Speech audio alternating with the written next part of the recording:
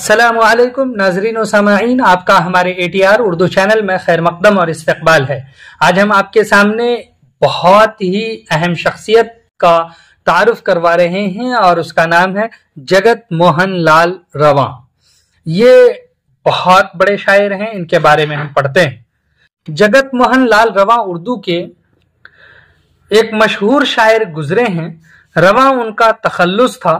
انہوں نے بے شمار نظمیں، غزلیں اور مثنویاں لکھی ہیں۔ رباعی کی صنف میں ان کو خاصی مہارت حاصل تھی۔ رباعیات رواں کے نام سے ان کی رباعیات کا ایک مجموعہ شائع ہو چکا ہے۔ ایک مثنوی بھی نقد رواں کے نام سے مشہور ہے۔ اس کے علاوہ روح رواں کے نام سے ایک شعری مجموعہ بھی موجود ہے۔ رواں 1889 عیسوی میں اتر پردیش کے ایک شہر اٹاوا میں پیدا ہوئے۔ بچپن سے ہی بے حد ذہین اور محنتی تھے۔ شاعری کا ذوق بھی ان کو بچپن سے ہی تھا۔ مختلف تعلیمی مراحل سے گزرتے ہوئے انہوں نے MA اور LLB کی ڈگریاں حاصل کی۔ اس کے بعد اٹاوا میں ہی وکالت شروع کر دی۔ اس پیشے میں انہیں بڑی شہرت اور کامیابی ملی۔ شاعری میں رواں کا ایک خاص انداز تھا۔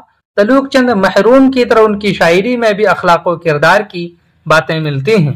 اپنی شاعری کے ذریعے انہوں نے اخوت و محبت، ہمدردی اور انسان دوستی کا پیغام دیا ہے۔ ان کی رباعیوں میں زندگی کے ہر پہلو پر اظہار ملتا ہے۔ اکثر و بیشتر وہ ناصحانہ انداز اختیار کر لیتے ہیں۔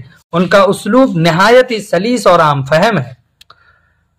افسوس یہ ہے کہ ان کی عمر نے ان کے ساتھ وفا نہ کی۔ صرف 45 سال کی عمر میں ان کا انتقال ہو گیا۔